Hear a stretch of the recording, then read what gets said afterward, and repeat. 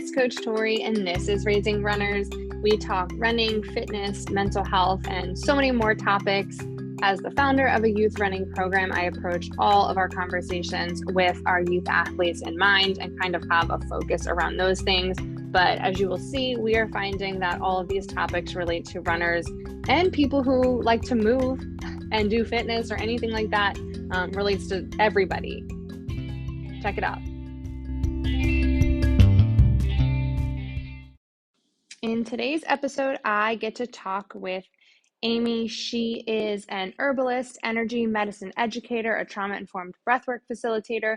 She shares her incredible story about being a highly sensitive person, kind of finding out that about herself, what that has meant for her, and how she kind of moves about her life knowing that about herself. She also talks about chronic illness and the things that she has done to be able to kind of function again as a person. She talks about so many cool things. Really, it's fascinating to hear her talk about all the things that she's done to feel healthy. It's a great reminder as someone who feels pretty healthy right now, a lot of the time, that, some people are searching and, continuously just really trying to work to get to a place where they feel healthy. So it was definitely really interesting talking to her. She has a lot of really cool alternatives to share. Again, what's worked for her is not going to work for everyone, but just kind of a different way of looking at it, different way of thinking. So definitely check it out and listen to her really interesting story.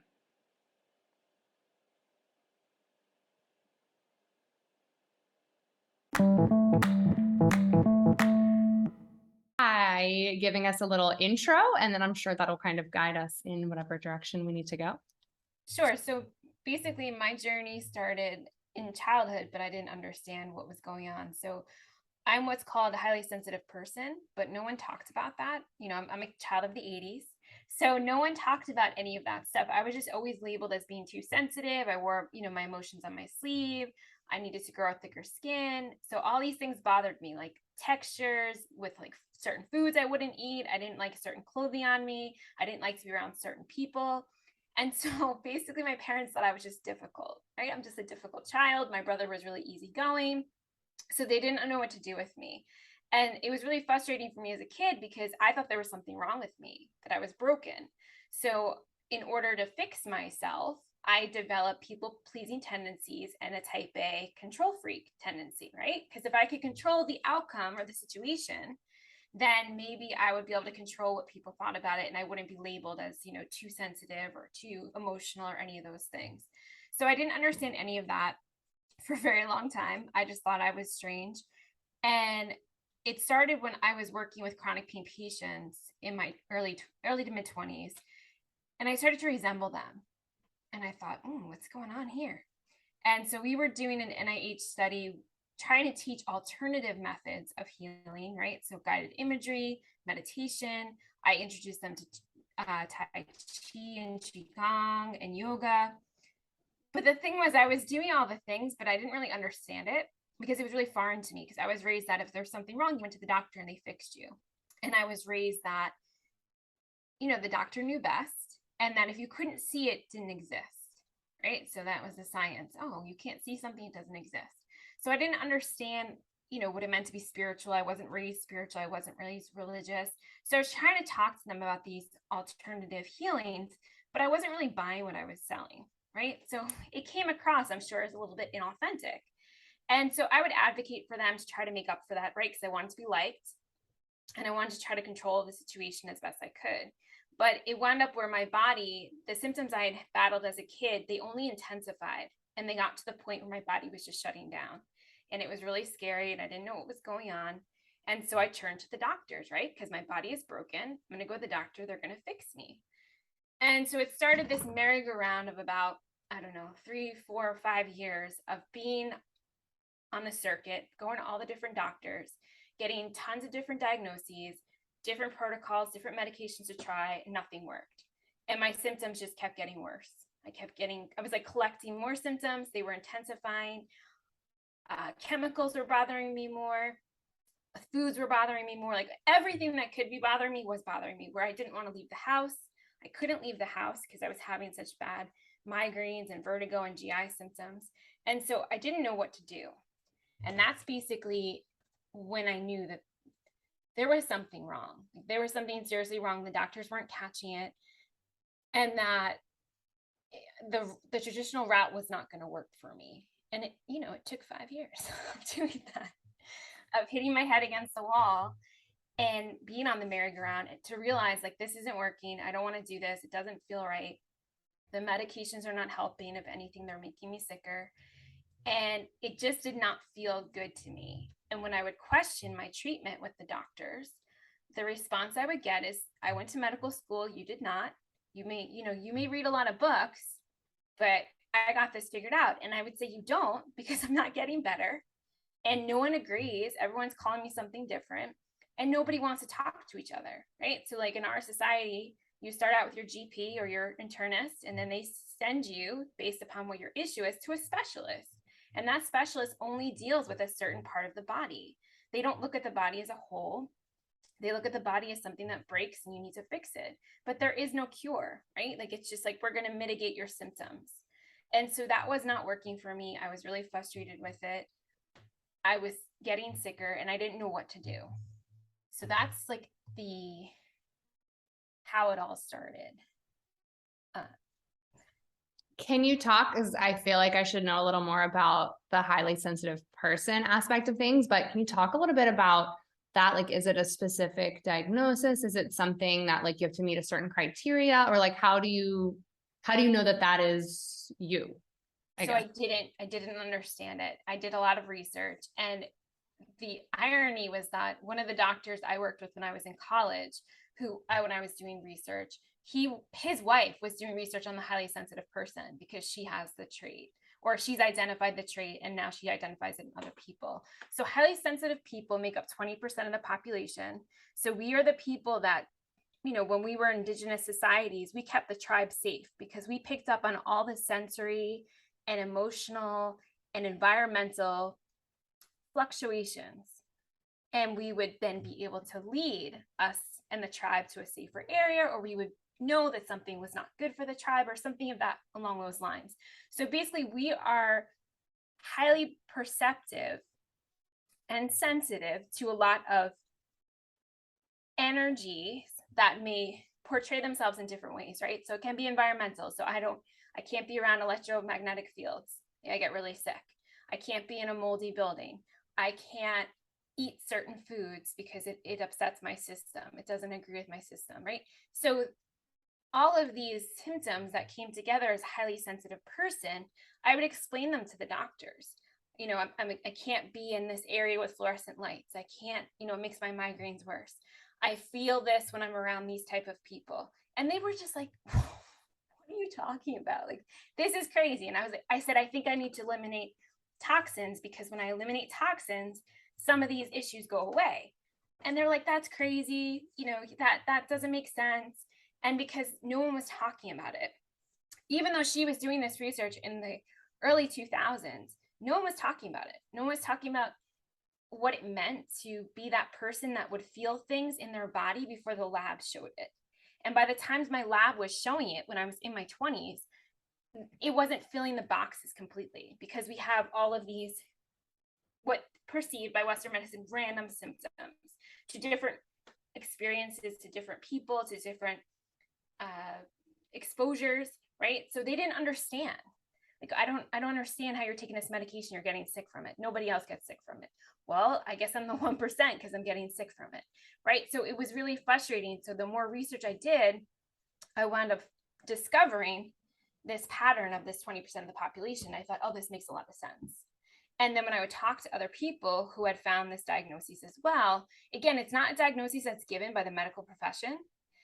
It's a diagnosis that pretty much you come to see, like, oh, this is why I didn't fit in. This is why I've always been the black sheep of my family. This is why I always thought differently than everybody else, because my brain is wired differently. The way that I interact with life is different than the majority of the population. Doesn't make it wrong, doesn't make it bad. It's just different. And so when I was able to grasp that that there was nothing wrong with me, that there were other people like me, it felt good. It was reassuring in that I wasn't alone. Other people understood it. And there were things that I could do to mitigate the reactions, right? So I think no matter what your diagnosis is, I don't think it's always important to lead with that. Like, I don't personally lead with the diagnoses. I just explain it to people so they understand that if they're experiencing these things, that there are other people that are like that. And it doesn't mean that there's anything wrong with you, right? You're not broken.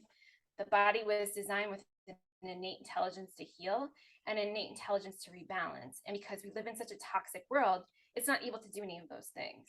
So it comes out in different ways. So because I'm really sensitive to what goes on around me, I'm going to exhibit all of those symptoms before anybody else, right? So like my husband lives in the same house. It took 10 years for him to start feeling the things I was feeling immediately once we moved into the house. And other people, they don't smell things. I can, I'm like, there's mold here. I'm not coming in this building. Or I know someone is smoking a cigarette, half a mile down the road.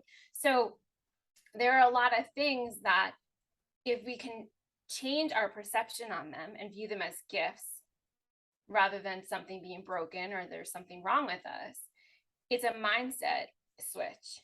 And then we're able to be more open to it and see the positive in it, which is what I had to do with my journey, is that I had to stop trying to fit into the boxes because I was never going to fit into the boxes. And there's nothing wrong with that. Most people don't fit into the boxes. The boxes are not ideal situations anyway. And so I think it's important to understand that you're not broken. There's nothing wrong with you. You don't have to be fixed.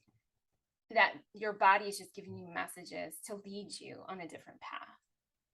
Right. I mean, there's comfort in not just that there's other people that are experiencing life the same way, but there's comfort in just like an answer, right? Like, it's not just like we're continuing to search for what is wrong. It's like, oh no, this is the way I'm supposed to be. And I just have to manage the world in maybe a different way. Right. Right. And I was later, when I finally made it to a functional doctor, like 7 years into my journey, I was labeled with other diagnoses, right? Like she did label me, with various tick diseases. I, have celiac.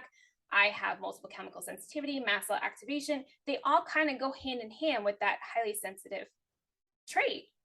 And there's nothing wrong with it. It's just that my body is designed differently, and that my body was designed to pick up on the smallest minute amount of these toxins or these bacteria or these molds or mycotoxins, whatever that may be, to alert myself and those around me that this is dangerous. This is not the way it's supposed to be. And because people have the ability to do that on their own, but because we're taught not to listen to our body, we're taught that the mind is more powerful than the body.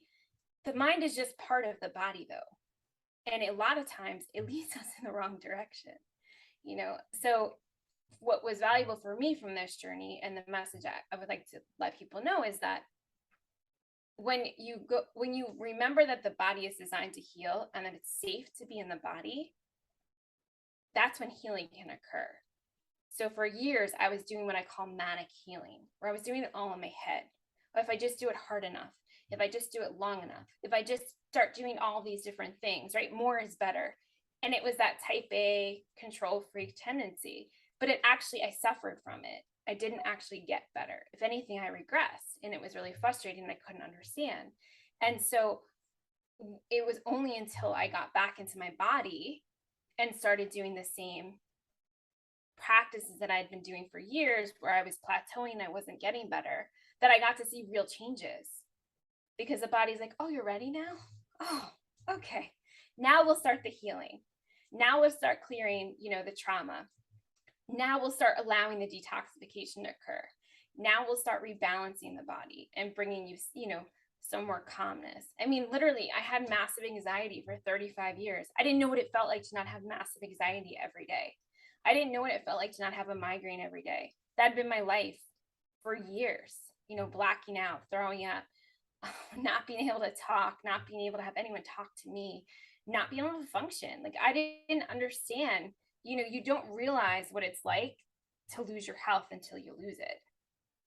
Right. So it's really important that we pay attention to the messages from the body, because it's only trying to help us. It's not trying to hurt us, and when you get autoimmune diagnoses like I did, the premise is your body's attacking itself. And that's not the case. It's not true. The body is not trying to hurt you. The body is just trying to give you the messages so you alter your path. And you get back on the yellow brick road to healing, right? To rebalancing, to where you're supposed to be, rather than taking all these tangents and alternate paths that the mind thinks is better. And the body's like, no, that's not going to work. You could try it, see how it goes, get a t-shirt. And when you're ready, you can come back and I'll take you back on the right path, right? So I've got plenty of those t-shirts to show because I thought that I knew better. I could do the research. I read all the books. I thought I knew better, but I was never really embodying the healing. It was all just a manic. Okay, what else can I do? What's the next thing I can do? What's the next protocol I can try? Well, who's the next doctor I can see, right? And it was like this hamster wheel for years. And it was exhausting. And you're exhausted anyway because you don't feel good. You're not getting answers. No one is believing you. And no one's hearing what I have to say. They're not seeing me as a person. I'm just a number. I'm just a 15-minute consult, right? I'm just an appointment. And so it causes more stress to the body. It causes more trauma to the body. And it affects the entire system. It doesn't just affect the nervous system. It doesn't just affect the brain. It affects every system in the body. And I didn't understand that. I didn't understand what a big role it played. I didn't understand how toxic repetitive negative thoughts could be, right? Like the majority of people have 80% repetitive thoughts and they're negative. So like you're walking around all day long having these constant repetitive toxic thoughts. And so it's not a positive way to live. And especially not in order to heal, you won't be able to heal having that runaround, that constant, movie reel of oh, this is bad. And the thing is that the brain was designed to keep you safe. So that the negative bias is trying to keep you safe. It doesn't want change. Change is scary. Change is an unknown. And so that's why it's so hard to change your patterns. And that's why it's so hard to break bad habits, right? Or like the addictions you're trying to break, all of those things. It's really hard because the brain is wired for this bias of, nope, we know this. I don't care if it's negative. It keeps us safe. And that's all I have to do is I have to keep you in survival mode. But living in that survival mode is toxic. And it doesn't allow for healing. It doesn't allow for safety. It doesn't allow for peace and calm and connection. So you're separate, right? Like the head is completely separate from the body. You're not connected to your intuition. You're not connected to the body's messages. You don't trust any of it because you can't see it. You don't understand it. And no one teaches you how to do it. Yeah. So I feel like in that you probably talked about a lot of the things that you've done. I know I was like my head's spinning a little bit, right? But a lot of the things that you've done to heal yourself, right? So can you talk a little bit, and maybe it's just the way my brain works. I need it to be like, okay, these are specifically the things that I did. So like, obviously with like celiac, right? You're not going to be eating gluten. Right. And like, there's a lot of behavioral changes, I think, with autoimmune diseases for managing, but, just in general, like, not being in houses with mold, because you mentioned mold, right? What are some things, like maybe even just like what you started with to start the healing process? Because I imagine starting might even be the hardest because you're feeling first, right? Like, where do I start? What can I change? But then as you're changing things and starting to feel better, like it probably becomes a little easier to keep that going, right? It does. And it's really important that you do it in a certain order. And again, no one talks about that. So I started writing it all down last year, and then I was triggered by my own story, so I had to stop. But so there's a lot of things that you can do to mitigate the toxin exposure, to mitigate the negative bias. So the first thing that I did was, even when I was just seeing traditional Western doctors, is I got rid of all the chemicals in my house. Like literally everything. So women especially, I think the statistics versus the environmental working group, you can go on and you can see what your products rate. Women on average, I think, use 150 products before they leave the house in the morning. So that's, all of your beauty products, that's your bath products, that's your chemicals in your laundry, chemicals you use to clean the house, like anything you put in or on your body. that was what I was focusing on first, because I knew that there was strong research to show that that was going to make a difference for me. So I basically, again, it can be really expensive, it can be really overwhelming, right? But I didn't have a choice, because with the highly sensitive trait, I was getting triggered constantly by my environment. And so I had to figure out a way that I could survive in my house, because I was housebound. I couldn't leave anyway. And so we remediated mold, right? But I live on an island, so the mold keeps coming back. So it's a constant remediation. It's a constant process of really being mindful of keeping up on it. I got rid of all of the chemicals. So I made my own chemicals at first, because it was, my own products, because it was cheaper. So I made my own laundry detergent. It's like really simple and easy. I made my own cleaning products with vinegar and essential oils, because I was already using essential oils. I stopped using any commercial beauty products, because they're not regulated anyway, and they're filled with so many bad things. So I switched deodorants. I started making my own deodorant. I started making my own toothpaste. And again, you don't have to do it the way I did it, because 12 years ago, there were limited choices, and what there was crazy expensive, because it was not, now it's kind of becoming in vogue. Ooh, get rid of toxins, right? But it's still, there's a lot of greenwashing, which is why I advise people to go to the environmental working group. They have a lot of resources, and you can actually check your products and then find better products. They'll tell you, which are better products. It's a scale of 1 to 5. So I started eliminating toxins. I had already cleaned up my diet, but I was still having a lot of issues. And the research I found was that even if you're not ingesting gluten, which is basically in anything anyway, and it's not just called gluten or wheat, there's like 15 or 20 different names for it. It's in supplements, it's in all condiments, it's in pretty much every product. So I stopped eating any processed food, because I knew it wasn't good for me and I needed to eat from scratch. But I had to literally comb through everything in my house, because things I thought were healthy would have gluten in it. And then I'd get a reaction and I would be down and out with horrific stomach pain. And I started cleaning up what we were eating. Anything I was putting on my body or in my body was the first step.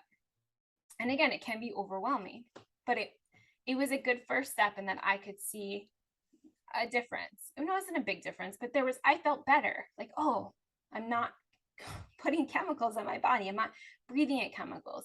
I bought air purifiers. I started filtering my water with a separate filter. I started, and like my parents thought I was crazy. You've been drinking this water your whole life. I'm like, yeah, and I've not been well my whole life, right? And so we started doing all these things. Again, it's not cheap. And so I tried to do it in the most affordable way I could. I got a lot of books from the library. I learned how to ferment my own food. And then I started studying plant medicine. That led me to making my own tinctures, because again, it was cheaper and I can control a lot of factors. I knew where it was coming from. I knew that I was growing in my own backyard, that there wasn't sprayed with anything. So I was able to have, again, that type A control came out, but it was actually helping me, because I was able to then, okay, I can control this aspect of it, and I can control the price of it, because I'm going to make it myself. And it was a lot of work. I mean, it still is. It's literally a full-time job still managing my health, because there is no cure for autoimmune. You can go into remission, right? But you may still have flares. You may still have symptoms. I mean, we haven't had rain in months. We have rain today, and I felt it coming in last night, and I didn't sleep so great. So sleeping is huge. If you don't sleep well, your body doesn't heal. So what people don't realize is that, they say, well, I'll sleep when I'm dead, but you're actually taking years off your life, because sleep is so important. Your body runs all the detoxification processes while you sleep.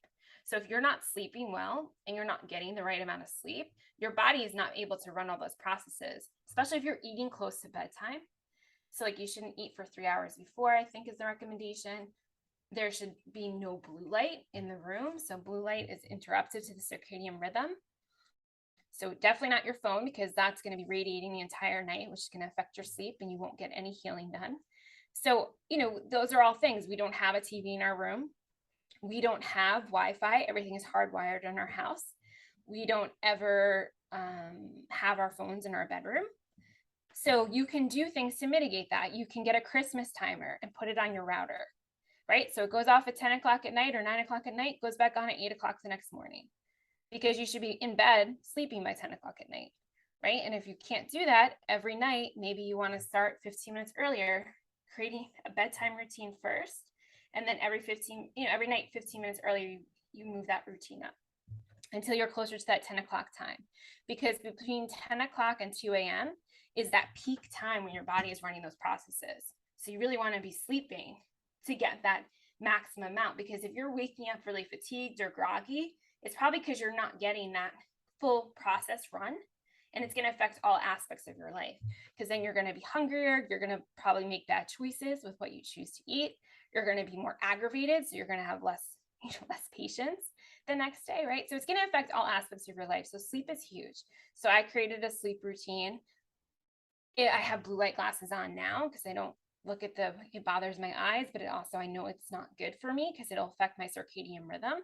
So basically your circadian rhythm is designed for you to go to sleep when the sun goes down and wake up when the sun goes up. So if you can try to mimic that as best as you can, that would be ideal. Is it realistic? Probably not. But I try I'm a little extreme with these things, right? But these are just suggestions for the audience.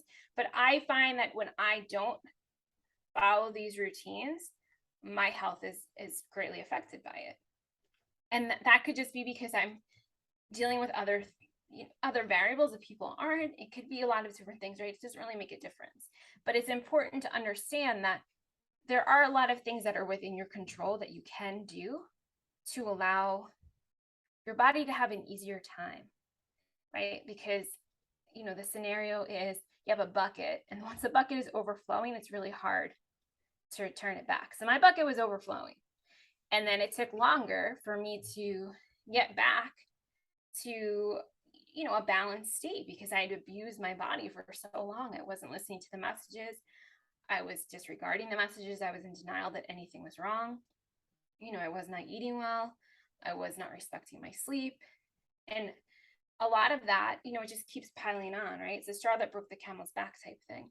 So then it just looks like, oh, this one thing happened. Why did I completely lose my life? Why did I completely fall apart? I don't understand. It was just this one thing. It wasn't that one thing. It was the, 7,000 things before it where your body was like, I'm done, uncle. I can't do it anymore. And so it's important to understand that these small changes can make a big difference, right? When you prioritize eating real food, that's food that comes from the ground.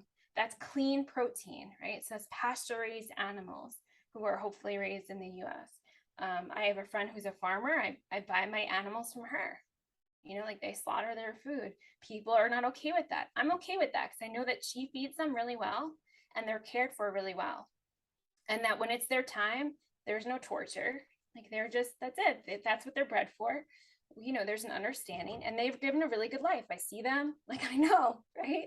So it's easier for me. And I don't feel this. I would never go back to eating conventional meat because there's so many bad things. They're fed a GMO diet. They're given antibiotics. They're, exposed to a lot of toxins. They're in these cattle cars or small containers, and, then they're slaughtered, and not in a humane way. So it's being mindful of what works best for you. So there's no magic pill. There's no magic formula. There's no magic diet. I know everybody wants that, but I can't tell you that there is. And what may have worked for me may not necessarily work for everybody else, right? But there are some things that you can do that are standard practice that will show an improvement. Getting outside every day is huge. So it's raining today, I'm still going to go outside. I'm going to seed some seeds, because even though it's raining, I know the value of being outside. You're connecting to something bigger than you, right? You're connecting to even if you can't see it or appreciate it, I can see it now in the plants. Before I was like, whatever, I don't understand this, right? But now I'm like, oh, the plants, Mother Gaia, she creates all this. There's something bigger than me that I can look to. There's something bigger than me that keeps going, even if I don't, right? There's something bigger than me that's resilient, even if I don't feel resilient. So that's really important. And then I'm going to talk about breath. Nobody breathes. And a lot of people hold their breath because they don't want to feel their feelings. They don't want to feel the sensations, whether that's pain, whether that's anxiety, whatever that is, right? Or they mouth breathe and then they just are not breathing properly, right? So they're breathing in the wrong order. So when you breathe in, your belly should inflate. And when you breathe out, your belly should pull in. And so that's the diaphragm properly moving. But most people breathe shallowly. And so that never happens. The belly doesn't move. And as women, we don't want to have a belly, right? It's not pretty to have a belly, but it's actually healthy to have a belly. So it means that your body is processing and functioning the way it's supposed to. So I'm no longer worried I don't have a six pack, right? I'm like, that's fine. I have a soft belly. That's good. That means I'm breathing right. And so, if you look at a baby and the way a baby breathes, right, that they're doing it right. And that, that's the way it's supposed to be. So even if you set an alarm on your phone or your computer, it's a great excuse to step away from the screen, to limit what you ingest visually, and take 3 deep breaths. See if it makes a difference. I can guarantee you it probably does, because you get back into your body and you realize, like, oh, the noise may quiet, the monkey mind may start to quiet. And so I think it's really valuable to reconnect with yourself, whatever way feels good to you. If that's getting outside, if that's doing a yoga practice, if that's, whatever that may be, writing in your journal, reading a book, laughing, dancing, moving your body. But when you do that, you reconnect to the body, and then the messages may not sound like another language. They may not be as garbled. You may get some valuable insight. And the more that I've done my breath practice, the more my intuition has strengthened, the more the messages are clearer. I understand them. And I'm able to respect my body. So if my body says, I don't want to do this, I don't do it. And if I let my mind run the show and I don't listen to my body, I invariably regret it 9 times out of 10, because it doesn't lead me in the right direction. And that doesn't mean not to be logical and not to listen to your brain, but to connect the brain back to the body, to have them work in tandem rather than separate. Well, I just want to say thank you for sharing your story, first of all. And I appreciate that you mentioned, like, these are suggestions and this is what worked for me. Because even if nothing that you've done resonates with someone else, I think what everybody can take away is, like, you worked hard to get to where you are, right? You identified there was an issue and you were not willing to stop until you figured out what was going to work with you. So, I mean, that is just so commendable too. And like all the different changes, and you mentioned, like, it's expensive and you've had to do different things, change different things, but you advocated for yourself. You knew you needed to do something different so that you can have a life that you want and do the things that you want to be able to do. So again, even if like nothing else is a suggestion that works for somebody or sounds like it makes sense to somebody, like, you're a person who worked hard for your health, for your life. So that is just so incredible. Yeah. And I mean, take what resonates, right? Because right. Again, so what resonated with you may not resonate with somebody else. That's okay. It doesn't have to. You don't have to people please anymore, right? You get to choose what's best for you. And that's what I tell my clients. Like, just because you were taught something as a kid doesn't mean it still works for you as an adult. And a lot of times it's a protector, which was formed to keep you safe. And that's great. We want to commend that. But that protector may no longer be of use. And so when we stay with that programming of this is how it's supposed to look, this is how it should be, this is the expectations, this is the judgment, this is the shame, it's actually really destructive to ourselves and our lives and our relationships.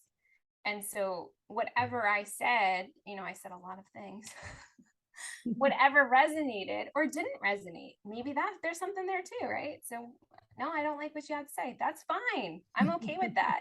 I'm not here to, people please anymore. Again, it's a tendency I can fall into at times, but I'm here to tell you that you get to choose, right? Especially if you're going through medical stuff or emotional or physical or mental imbalances. You don't have to do what someone else tells you to do. If it does not feel right to you, you need to honor that and listen to that little voice that we don't give enough attention to, because that's your intuition. And that's there to help you. And if it's a negative message, it's not your intuition, it's your mind. It's your mind. So those are my suggestions.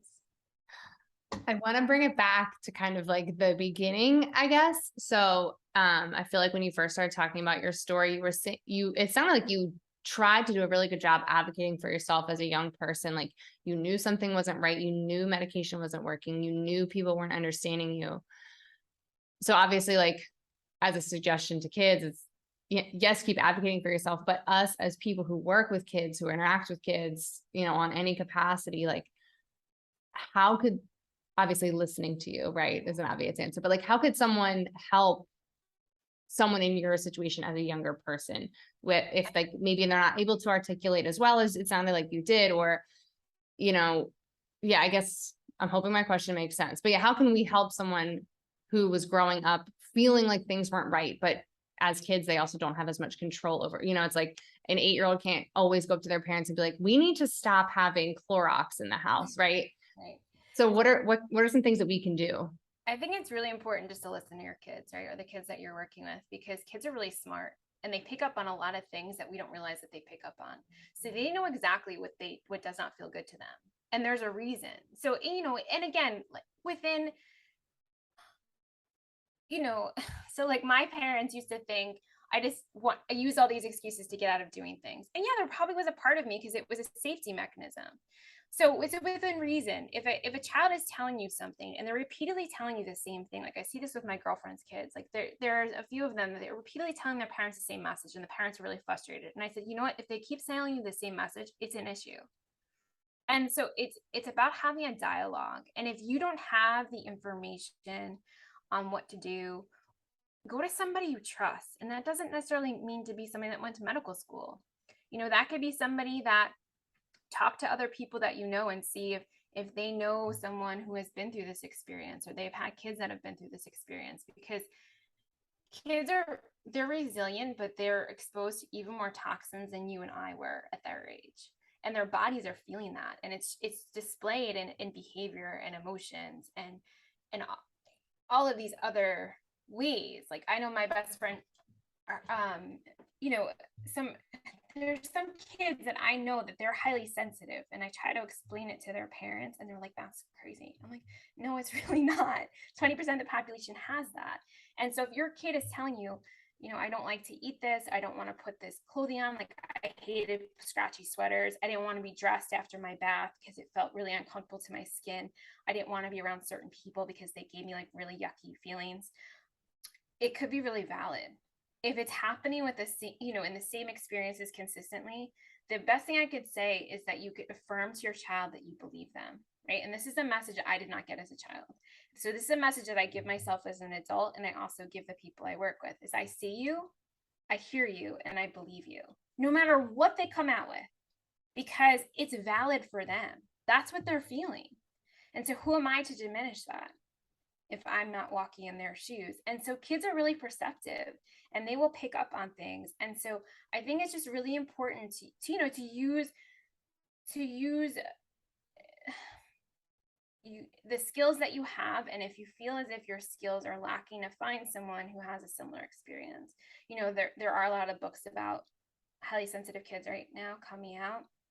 Dr. Elaine Aron is the woman I talked about who pioneered it, the doctor, and she has a bunch of books about highly sensitive kids. She has a movie. So there are more resources now than there were before.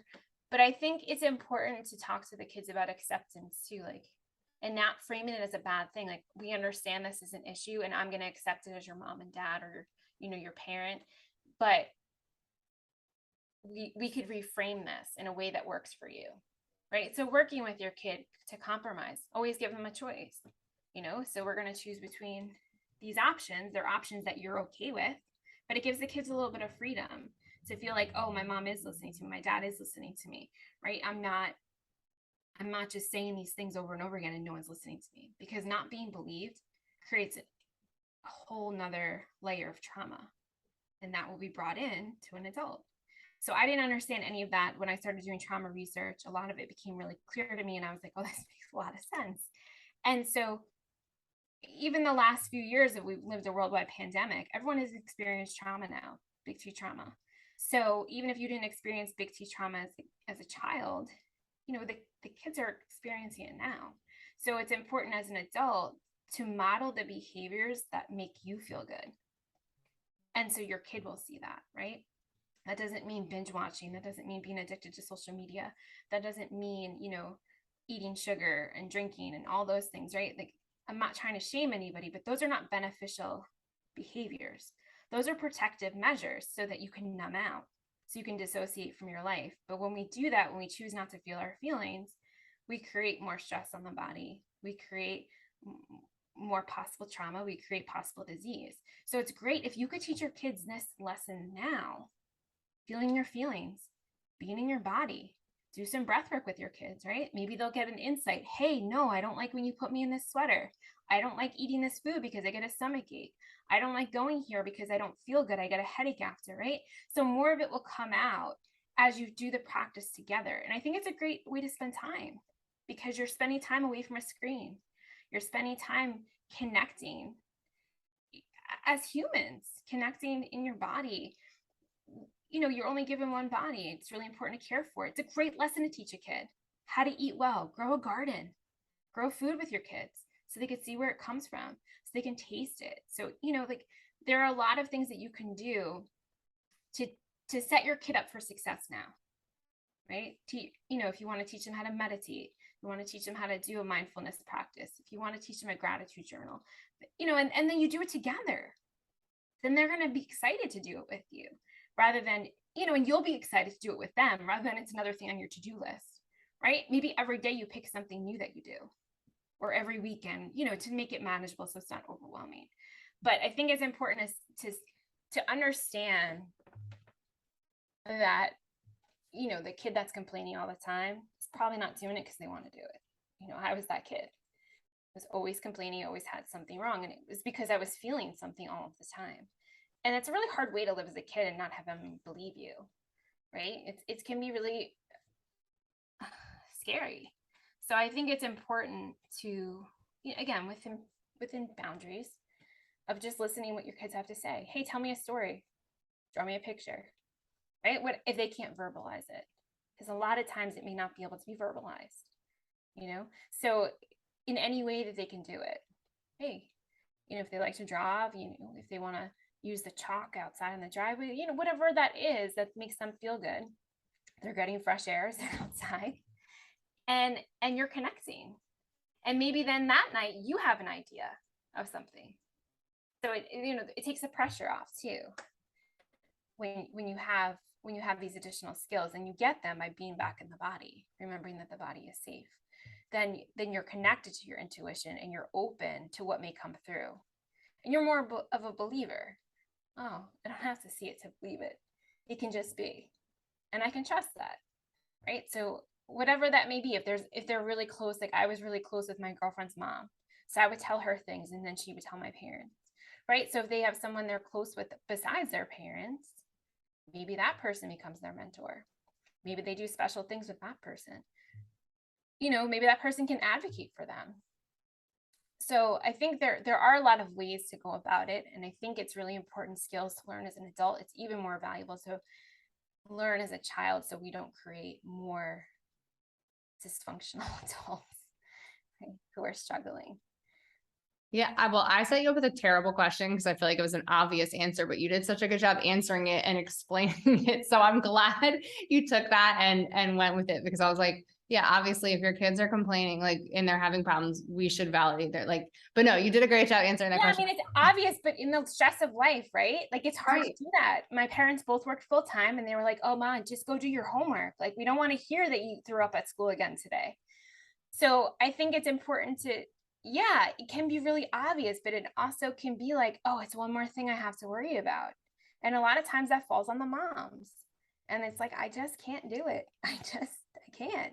But if your child sees you modeling productive self-care behavior for yourself and they notice a difference, they're going to be receptive to doing it with you, because they're going to see, hey, Mom's calmer. Mom's nicer. She's got more patience.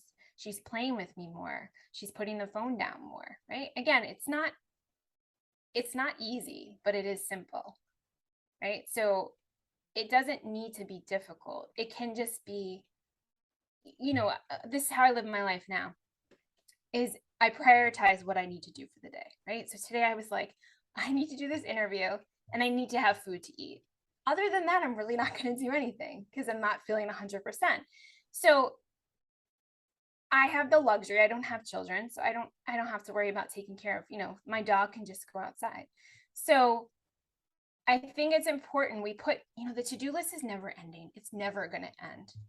It's always going to be there. There's always going to be something you need to do or have to do. It's being mindful of, what do I absolutely really need to do? Rather than, what are all the things I should be doing? So to cut that cord with the should, because it just sets you up for disappointment, sets you up for failure, it sets you up for more stress. And that's the same thing with kids. Like, when they have all these activities and they're going, they don't have the time to slow down. And when we slow down and we rest, a lot of things change. And then a lot of insights will come. So like, I took this summer off. I slowed down. I was going way too fast. My type A was coming out. I'm like, I don't like this. I don't like how it feels.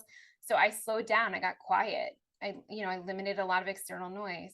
I'm not listening to podcasts every day. I'm not, I don't watch the news anyway, but I'm mindful of what I'm visually ingesting and what is going in, because it will just be noise.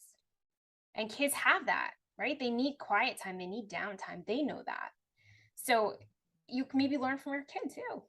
As much as they learn from you, you could learn from them. And it could be a process of transforming in a way that is beneficial for the whole family. Right? I'm not going to say my husband's on board, but Yeah. Well, okay. We are running out of time.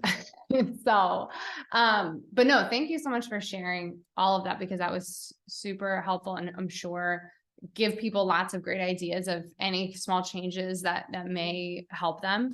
Any last things, or where can people find you? Because I know I believe you work with people virtually. Is that right? Yes. Okay.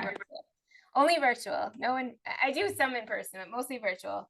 So they can go to Amy the Amateur Herbalist. That's a private Facebook group I have. They can check out, what I'm all about there. There's a bunch of podcast interviews. There's information about plant medicine and energy medicine. I share recipes. It's the same name for the YouTube channel. I share gardening and foraging videos. And then if they DM me, I can forward them additional information about the private one-on-one I do. But I like to just send them to the Facebook group, because there's a lot of free information there. And if a lot of it, there was a lot of information I presented today, and if it kind of feels overwhelming, you can look on the Facebook page and see a lot of what I talked about is on there. And then you can find more information that way. Like, I list resources, I list a lot of information that people can use to make the changes, and not have it be as oppressive and overwhelming as it was when I did it. Because I did it all at once, right? It was like all or nothing. I don't recommend doing it that way. Not anymore. Right. But I thought I had to do it that way, right? But that's not what I recommend. That's not my suggestion. That's not my suggestion. You take it in manageable bites, and you see what works and what doesn't for you. Yeah, exactly. And I mean, I like that you pointed out, I know we're wrapping up, but yes, the all or nothing is not usually ever recommended for anything. And I will make sure I link all of that in the show notes for people who are looking for all those resources. And thank you so much, Amy, for taking the time to talk to me and share your story. This was really fascinating. Thank you. I just want to thank Amy so much for taking the time to talk to me. Also for sharing all of this fascinating stuff about herself. It's always awesome to hear personal stories and all the things people have gone through to get to where they are. So really appreciate that about her. All of the links are going to be in the notes. I also want to say, I think that we were supposed to talk about body image, body dysmorphia. So she had come with a whole different plan, and I went completely sideways with the interview. So also really appreciate that she rolled with the punches and was able to talk about, the things that were really seeming important in the moment. So again, really appreciate Amy for everything that she does and all the stuff that she shared today.